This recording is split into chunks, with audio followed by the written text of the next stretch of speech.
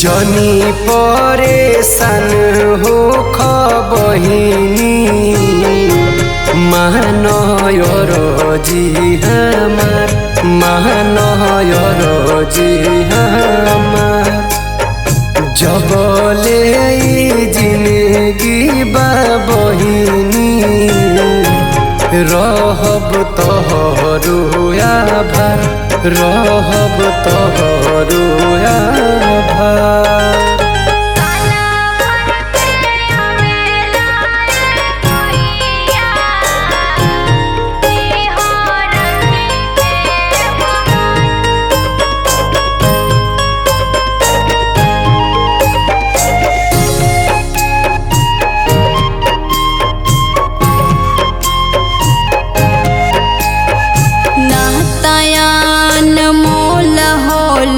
भाई बहिन के बहुत इंतजार होला भैया ये दिन के। जानो तो बनी हम सबई कहानी सुनले तो बनी बहिनी दादी के जुबानी भाई के फरज हमनी भाई जनी होई होला चार सुन बहिनी हमार।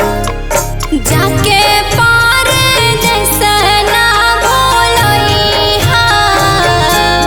भैया बहिनी के प्यार भैया बहिनी के प्यार। जनी परेशान हो बहिनी महानयर जी हमार महानयर जी हमार।